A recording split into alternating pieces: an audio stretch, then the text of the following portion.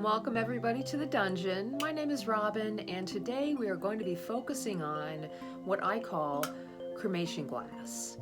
Cremation glass is exactly what it is.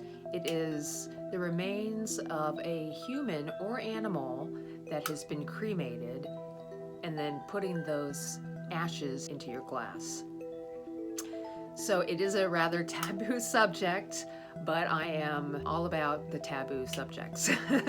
So what I'm going to be doing today is immortalizing two wonderful, loving animals from my sister Dana. She sent me a box of their cremations, and I'm going to go ahead and make a few pendants for her out of them. I know this is a strange subject to bring up right before the holidays, but it just so happens that I just received them. I will not be doing a voiceover on this.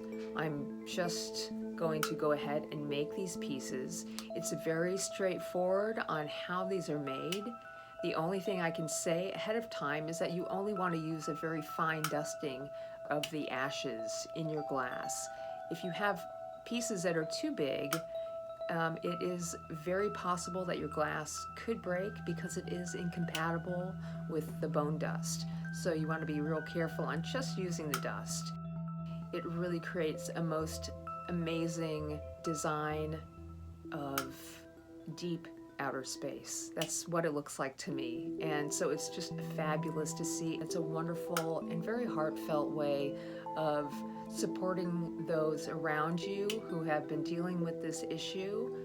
Let's go ahead and get started on this kind of heavy subject, but we want to make it a lighter subject because this is all about remembering our dearly departed souls and keeping them with us and in our minds and in our hearts forever. I do hope you all enjoy your holidays, and always remember and give thanks to those who have come before us. And thank you all for watching and enjoying and supporting our channel the way you do. See you next time in the dungeon.